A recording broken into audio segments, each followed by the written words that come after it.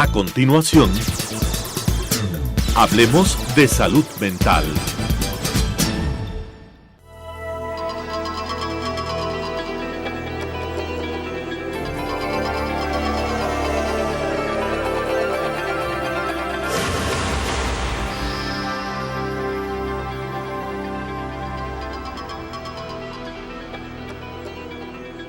Señoras y señores, muy buenos días. Bienvenidos a que hablemos de salud mental. Señores televidentes, buenos días. Nuevamente en su programa Hablemos de Salud Mental. La semana anterior revisamos un par de temas muy interesantes que tenían relación con el mapa hormonal de la mujer. Y algunos de nuestros amigos televidentes nos han llamado, nos han enviado correos respecto con algunas interrogantes y pidiendo que se aclaren ciertas cosas que pues muchas veces se las dice, se las habla a nivel popular y como que es interesante saber una opinión profesional al respecto. Entonces, sobre todo el asunto de administración de estrógenos en el periodo menopáusico y también la administración de los llamados estrógenos naturales que son comunes de uso en nuestro medio, ¿no? Sé qué opinas al respecto. Sí, bueno, antes de eso, yo sí creo que vale la pena que también mencionemos, y es parte de los interrogantes de las personas que han escrito, la menopausia es una enfermedad, es un problema. Todas las menopáusicas se van a deprimir o van a cambiar de carácter o se van a poner más difíciles, porque hay una especie de estereotipo, ¿no?, de que ya está menopáusica y ahí se empieza a explicar todo lo que está pasando dentro del hogar y la familia, etcétera. Mi mamá está menopáusica, ¿no? Y entonces el adolescente da más guerra de la que usualmente da. Entonces, esto, por ejemplo, es un estereotipo que no es real. 70% de las mujeres no tienen ningún problema. No, la menopausia es un paso fisiológico normal. Es decir, todas las mujeres van a pasar por eso. En ciertas edades, no hay tampoco una edad fija, pero hay ciertos límites de edad, que así se había mencionado. Inclusive ampliándolos podríamos decir 45, 46, hasta 55.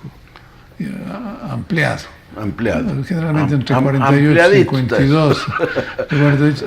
Y es curioso, dependiendo de la edad más o menos a la cual tuvo la menopausia, la madre va a mantenerse ese patrón en las hijas, ¿no? Y otros dicen de acuerdo a la edad en la cual tuvo la primera menstruación, que también le relacionan mientras más pronto, más se alarga. Curiosamente debería estar más corto, pero parece que se alarga más. Otra de las preguntas tenía que ver con aquellas mujeres a las cuales han tenido histerectomía, si tienen o no tienen menopausia.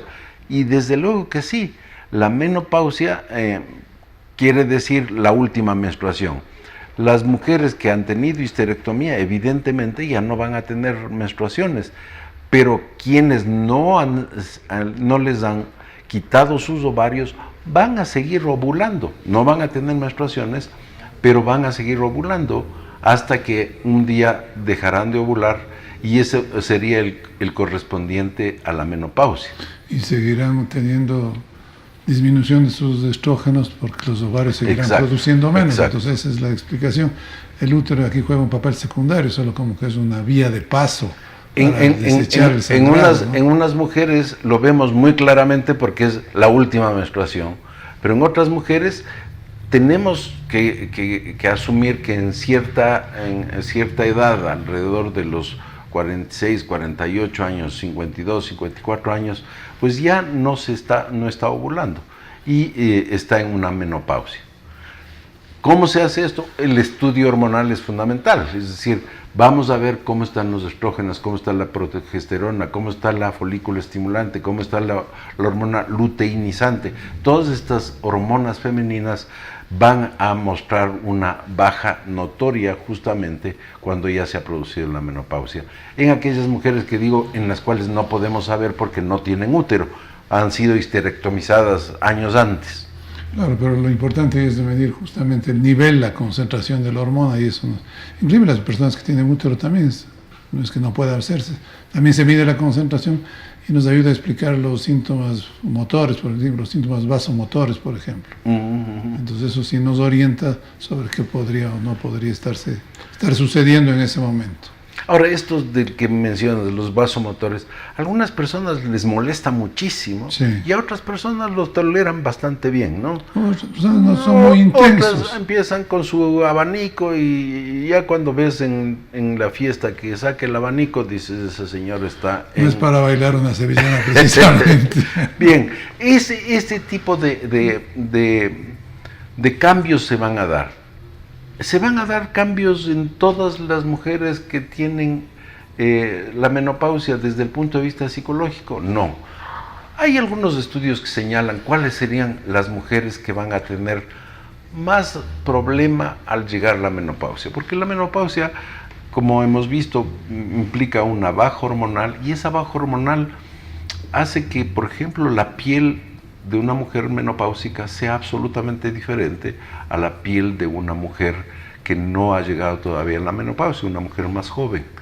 Entonces la textura de la piel, la cantidad del colágeno, la lubricación para tener relaciones sexuales, todo este tipo de cosas van a cambiar y pueden tener un impacto emocional sobre muchas mujeres.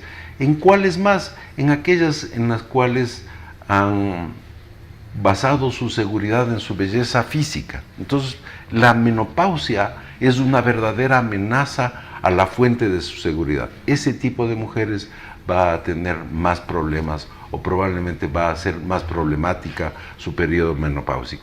¿Qué otras mujeres? Aquellas que han basado su seguridad en sus hijos, porque en esta etapa, como habíamos mencionado, los hijos ya están de salida, y al quedarse sin hijos y atravesar la menopausia es doble elemento que podría ser problemático. Si tendríamos de común el problema hormonal, sería el común, pero el cómo la persona vivencia eso, cómo se va adaptando a esas nuevas condiciones, es lo que haría las manifestaciones diferentes, y tendría que ver con la forma de ser, con los rasgos de personalidad, y también evidentemente con la carga familiar.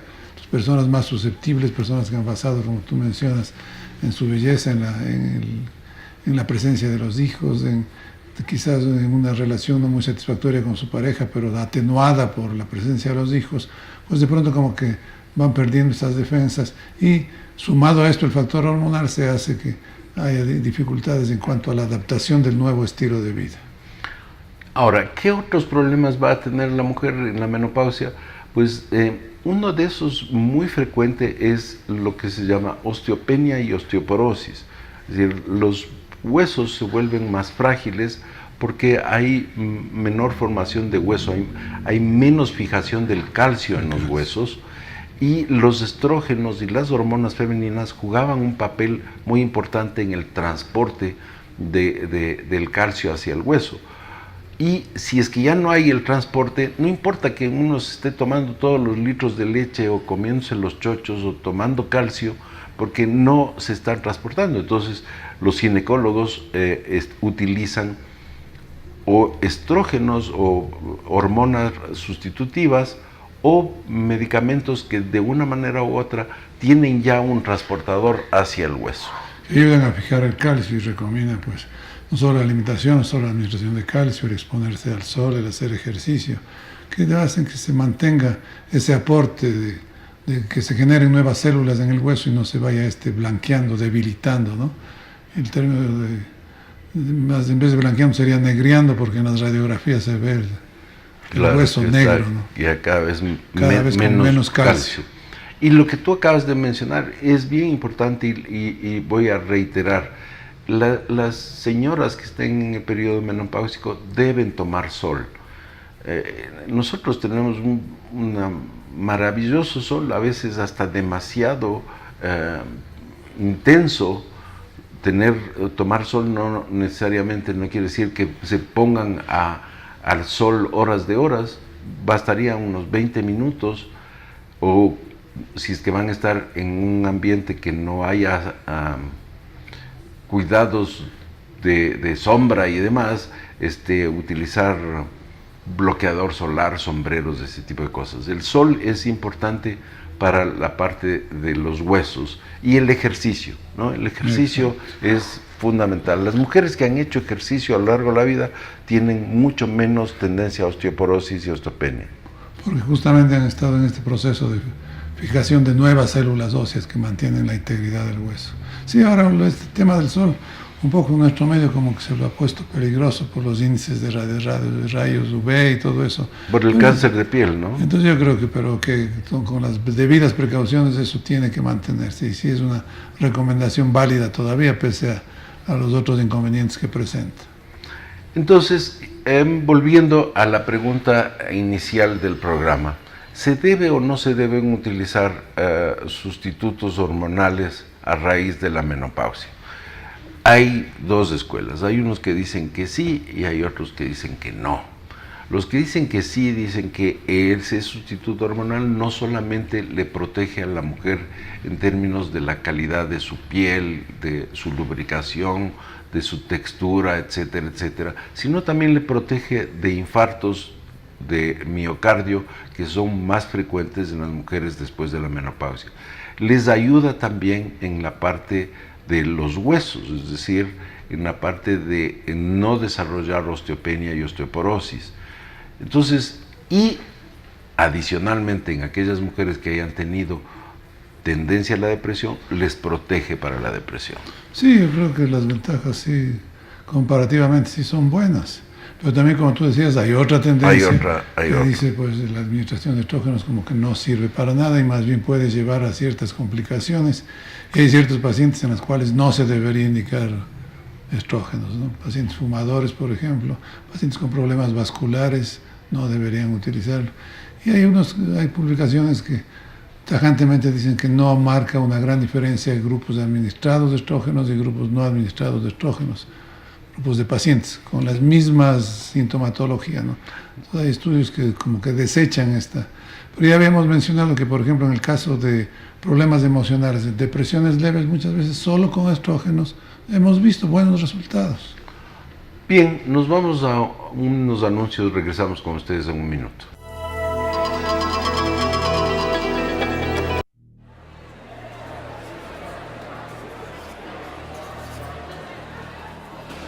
Y dos amigos llegaron y empezaron a discutir.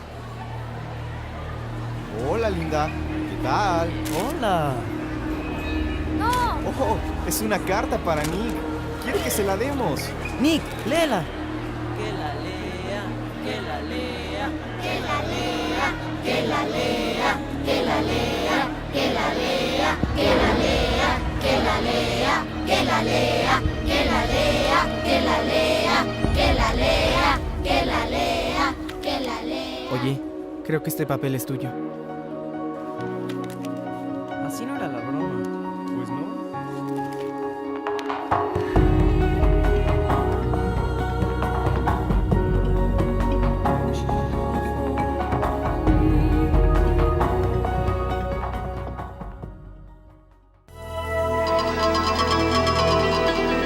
Bienvenidos nuevamente a que continuemos hablando sobre este tema interesante sobre la menopausia.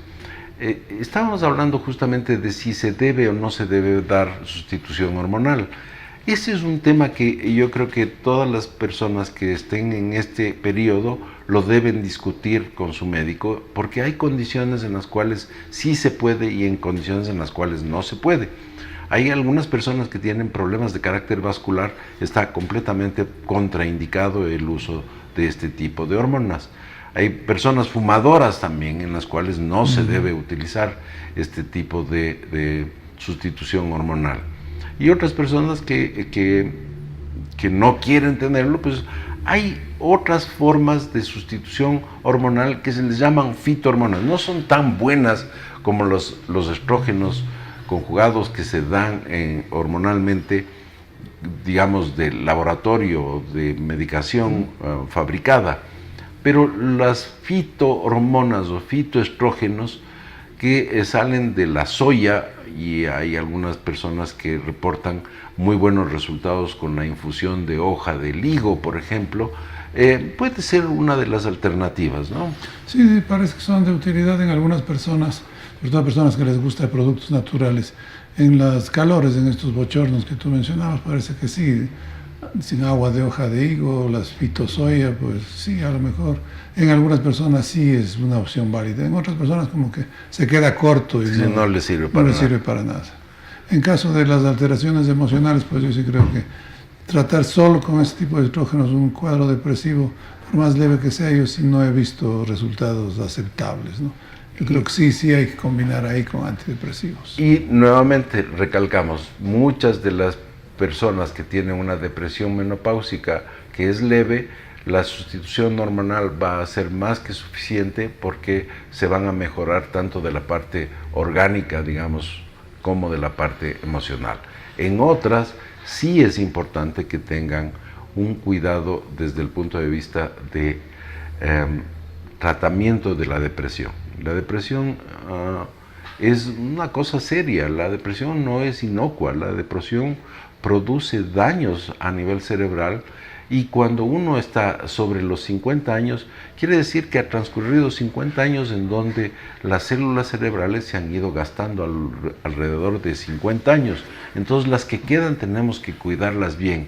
Y recuerden, esto yo quiero que todas las personas que nos están escuchando se lo graben. Los antidepresivos son neuroprotectores, son sustancias que van a proteger a las neuronas, porque protegen ciertos factores de lo que se llama neuroplasticidad cerebral.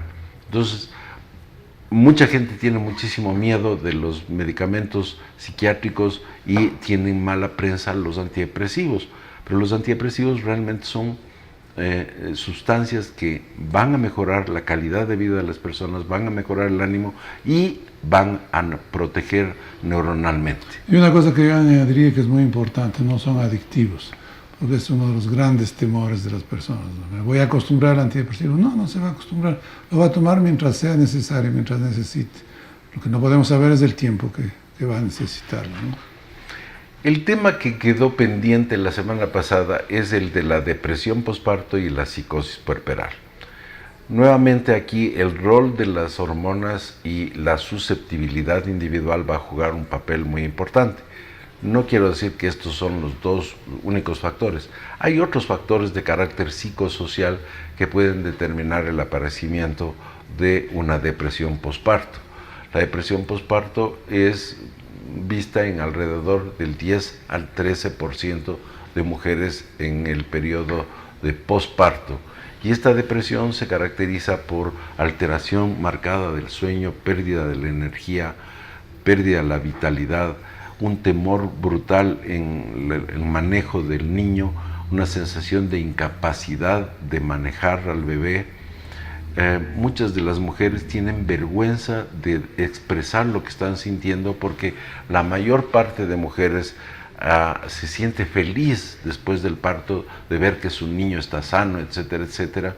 Y la mujer que está con depresión siente que su afecto está como constreñido, no puede sentir lo que se supone debería estar sintiendo por el bebé. Y eso le avergüenza muchísimo, le da un sentimiento de culpa muy grande. Entonces es un cuadro clínico muy doloroso para quien lo está padeciendo, ¿no? Y a veces incomprensible para la pareja y eso lleva a otra serie de complicaciones.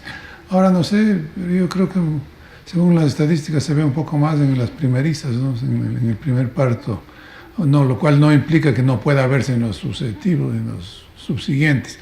Hay personas que 2, 3 partos y 2, 3 depresiones puerperales, ¿no? Entonces, pero yo sí creo que el mayor porcentaje se da en las primerizas. Y también otro dato curioso, dicen que se ve con más frecuencia, hay ciertas publicaciones que dicen que se ve con más frecuencia cuando ha sido cesárea, cuando ha sido parto. Porque al parecer durante toda la mecánica y el trabajo de parto se van reacomodando los niveles hormonales. En cambio en la cesárea pues es un cambio brusco de los niveles hormonales, de pasar del estado de embarazo al de no embarazo. Eso también parece que es uno de los factores que influyen en la presentación de las depresiones postparto. Los factores psicosociales que intervienen en la depresión postparto y que han sido estudiados son, por ejemplo, mujeres que han tenido un embarazo muy problemático, que tuvieron una serie de conflictos o de problemas con su embarazo, molestias físicas, hiperemesis, esto es decir, exceso de vómitos durante el primer trimestre del embarazo, es decir, una serie de complicaciones que se fueron dando. Si a esto se le suma factores sociales como una mujer soltera que no tenga una pareja que acompañe en todo el proceso del embarazo, o mujeres en las cuales hay un conflicto muy grande y rupturas amorosas durante este periodo, todo esto va a intervenir marcadamente en la respuesta emocional después del parto, ¿no? Sí, esto tanto influye que hay algunas opiniones que dicen que esa depresión ha sido un cuadro que ya se venía presentando durante el embarazo y que al parto pues hace como que se intensifican los síntomas, ¿no? Esta serie de factores sociales, psicosociales que tú has mencionado, pues sí son capaces de llevar, y sí existe la depresión durante el embarazo. Al parecer ha ido larvadamente y al presentarse el parto o la cesárea, pues ya se presenta más floridamente los síntomas. También se observa con mucho más frecuencia cuando el niño tiene problemas en el momento del nacimiento. Niños que nacen con algún defecto al nacimiento van a generar, muchas mujeres se sienten culpables, como si ellas fueran las que hicieron mal al bebé, y este sentimiento se va ahondando si es que las complicaciones del bebé son muy marcadas o se van agravando durante el periodo postnatal, ¿no? Entonces hay una cantidad de elementos que podrían ser, sí, es decir, los hay factores que biológicos, sociales, psicológicos. A veces sí hay una conjunción de más de uno de ellos y tenemos el problema ahí. Ahora, algunos consideran que la presentación de estos cuadros es a veces de inmediata, en las primeras semanas, y algunos que dicen hasta el sexto mes después del parto podría presentarse estos cuadros, lo cual pues le hace más complicado a uno, porque muchas veces no se relaciona una depresión a los 6 meses con el parto. Si cuando tuvo el parto 6 meses antes no tiene nada que ver, pues sí hay que estudiarlo, porque a lo mejor sí tiene mucho que ver, ¿no? Y los síntomas, y voy a insistir en los síntomas, son alteraciones del sueño, gran susceptibilidad, llanto fácil, miedo a manejar al bebé, tendencia a como no querer toparlo, necesidad de ayuda permanentemente para el manejo del niño, se sienten inadecuadas, no se sienten lo suficientemente preparadas para manejar al bebé, es decir, se sienten en un estado en el cual no quisieran casi ni toparle al bebé, y esto es muy malo para el bebé también, porque este es el periodo de apego justamente entre madre y niño. Muchas de estas mujeres no tienen leche y no pueden dar lactancia, es decir, hay una serie de cosas que podrían complicarse.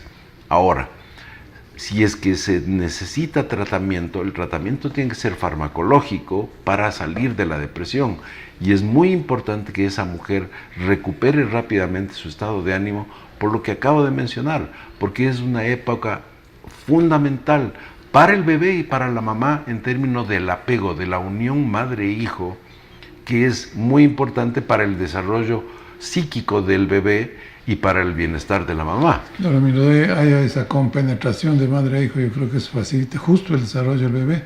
También está dado esto por factores hormonales, ¿no? Que al estar alterados también en los cuadros depresivos va a influir en el desarrollo de un apego adecuado.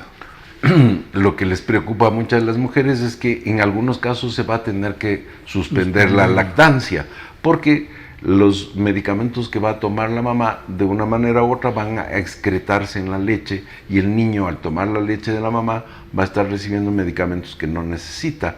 Entonces, ese es una de las cosas que tiene que ser abordadas con mucha delicadeza y dar un soporte muy grande a estas mujeres, porque lo importante es que la mamá anímicamente esté bien, no esté sufriendo y dándola de lactar, porque incluso esa relación que no es estoy feliz de tener a mi bebé en los brazos, sino estoy sufriendo de tener a mi bebé en los brazos, yo creo que la leche incluso no le sentaría ni bien al bebé. Sí, este es uno de los temas más delicados cuando uno enfrenta una depresión puerperal, una depresión postparto, ¿no?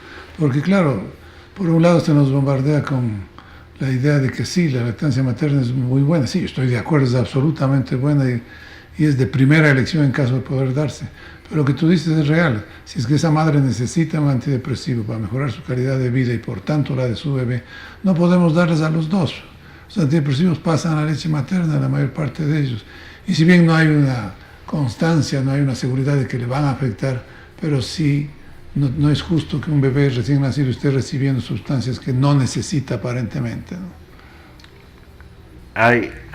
Hay reportes de algunos antidepresivos, entre esos la sertralina, que podrían ser aceptados porque el índice de filtración o de excreción a nivel de leche materna es muy chiquito, pero de todas maneras se recomienda, por ejemplo, alternar el seno con botella, es decir, no alimentarle únicamente con el seno materno a los bebés cuando la mamá está tomando medicación, o definitivamente suspender la medicación y optar por una mamá que esté feliz, que esté contenta, que esté disfrutando de su maternidad, y la actitud de ella al darle la botella, la mamadera al bebé va a ser una actitud positiva.